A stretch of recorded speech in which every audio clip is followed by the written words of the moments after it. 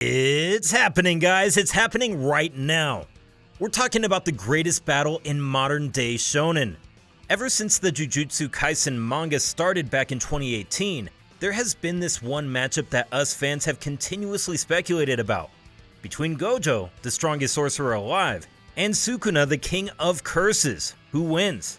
The story so far has never held back when it comes to portraying Gojo as the absolute pinnacle of Jujutsu. A genius unlike anyone else on the face of the planet, an individual capable of theoretically impossible feats. There is no doubt about it, he is the strongest. But then again, if there is one more character in the story who has gotten similar, if not a better portrayal, then that would be my friend Ryomen Sukuna. Dubbed as the king of the curses, he was the strongest sorcerer 1,000 years ago, back during the Golden Age of Jujutsu. Now, if we take this into account, it makes sense to think that Sukuna is the stronger one of the two. After all, while Gojo is the strongest one right now, Sukuna was the strongest back during the Golden Age. Except for one statement, and this was given by Gojo himself. He said to our main character Itadori Yuji that even if Sukuna were to regain his original strength, he will still win. Those were some big words because back when Gojo said this, we were still in the beginning of the story. It was literally the second episode, and so there was no way to confirm this, not until we actually see them fight it off. Then, as you know, Gojo got himself sealed and we didn't get to see him for like 3 years. Yeah, he was sealed in chapter 90, and it wasn't until chapter 221 that they finally broke him out of the prison realm. That's 1,185 days worth of waiting. Insane. The fight between them begins in chapter 223, and well, as I'm writing the script for this video, chapter 228 has just come out. Yep, we still have 6 chapters worth of Gojo vs Sukuna to talk about. Of course, here's your obligatory spoiler warning. If you don't want to be spoiled, run away right now. Starting off with the beginning of their fight, we were treated to hollow purple fired at 200% output. Big shout out to Utahime for using her cursed technique to amplify Gojo's output, but in the grand scheme of things, it didn't really do so much. Yeah, Sukuna lost an arm, but Sukuna immediately regenerated it. Nothing to brag home about. Although what Gojo says after this attack might have been more effective than the 200% hollow purple. He looks him dead in the eye and tells Sukuna to make no mistake. He points his finger at Sukuna and declares that the challenger here is him. Hardcore.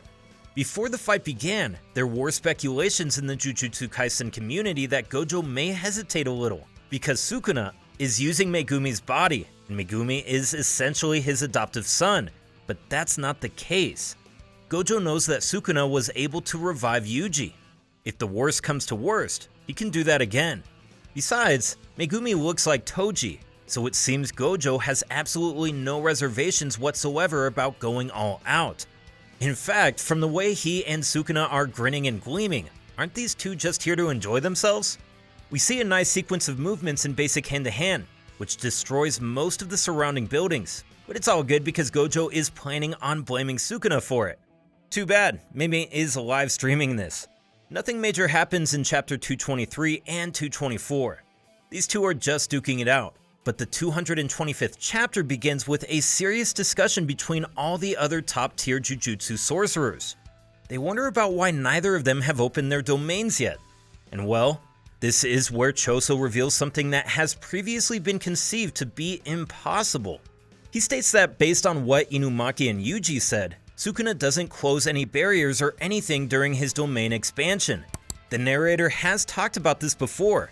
The thing about Sukuna is that his domain expansion, the Malevolent Shrine, is different from other types of domain expansion in the sense that it doesn't create a separate space using a barrier. Now, this ability to realize one's domain without using a barrier is like an artist painting a masterpiece. Not on a canvas, but on air. A truly divine technique. This was revealed over 100 chapters ago, in chapter 119. So, just like how we've been speculating how Sukuna vs Gojo is going to turn out, there has also been some serious speculation about Malevolent Shrine vs Unlimited Void. Obviously, Sukuna's domain is more refined. He doesn't even need a barrier. The domain battle between these two doesn't happen until chapter 225. Both of them open their domains at the same time, and for what it's worth, it's an even clash. At least inside Gojo's domain. The can't-miss effects of both Unlimited Void and Malevolent Shrine are cancelled out. The only problem is that Sukuna's domain isn't confined to the vicinity of Gojo's domain.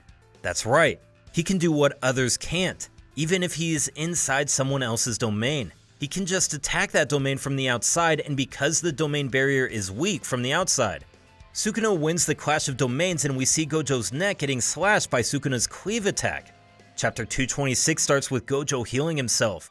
His domain has been undone, but remember, Sukuna's domain is still active, and as long as it's active, Gojo will have no choice but to defend against Sukuna's endless cleave and dismantle attacks.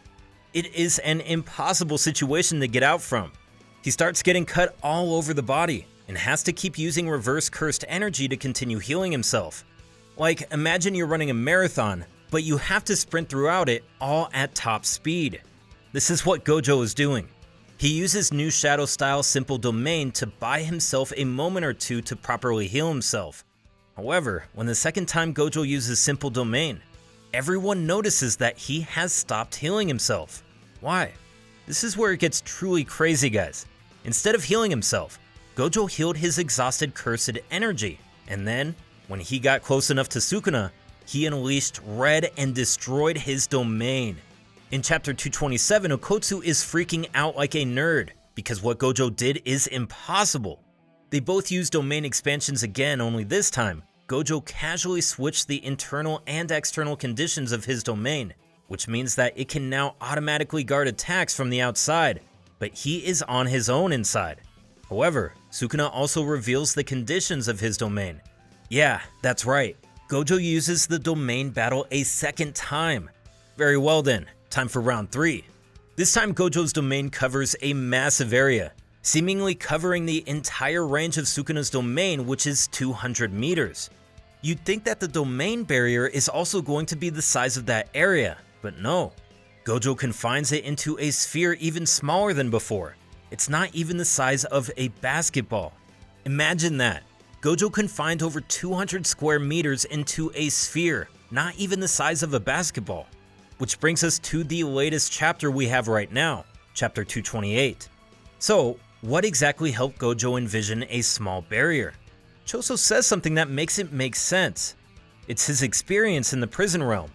Even after being sealed, Gojo was able to learn something new.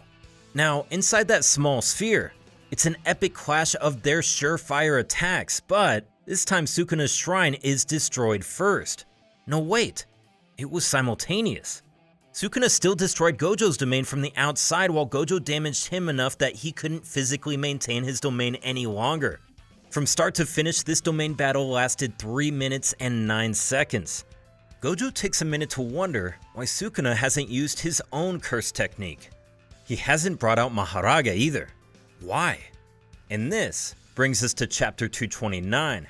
They engage in a domain battle once again, and by this point, it has become clear that when they are fighting in the domain, Gojo is stronger. Now, during the course of chapter 229, Gojo and Sukuna participate in a domain battle twice, but the second time, Sukuna is about 0.01 seconds late in casting his domain. This doesn't seem like much, but for Gojo, it was enough time for Gojo to land Unlimited Void and piece Sukuna's heart. And just like that, 2 minutes and 40 seconds after they last expanded their domains, Sukuna's Malevolent Shrine collapses inside Unlimited Void. Guys, this basically means a death sentence. Now left with no choices, Sukuna finally brings out Maharaga. But hey, what if that's Sukuna's intention? What if it was his intention to wait until Malevolent Shrine collapsed inside Unlimited Void to bring out Maharaga? Sounds ridiculous, right? But here's where it gets even crazier. Gojo is strong enough to one-shot Maharaga considering it's his domain, but because Maharaga isn't directly affected, he is able to actually adapt to the Unlimited Void. And with that, my friends, things have changed. Imagine someone as strong as Maharaga who has also adapted to the Unlimited Void. Not to mention the one who cast him using the 10 Shadows technique is Sukuna. Guys, we may make memes about Sukuna and call him a fraud, but there is no doubt about it. He planned things to be this way. there must be a reason why he has yet to use his own cursed energy as well. And knowing Gege-sensei, the next couple of chapters are going to take us in a direction we aren't expecting. So guys, any and all kinds of speculation are welcome in the comments section below. Let's go wild! The decisive battle between Gojo and Sukuna is here to stay!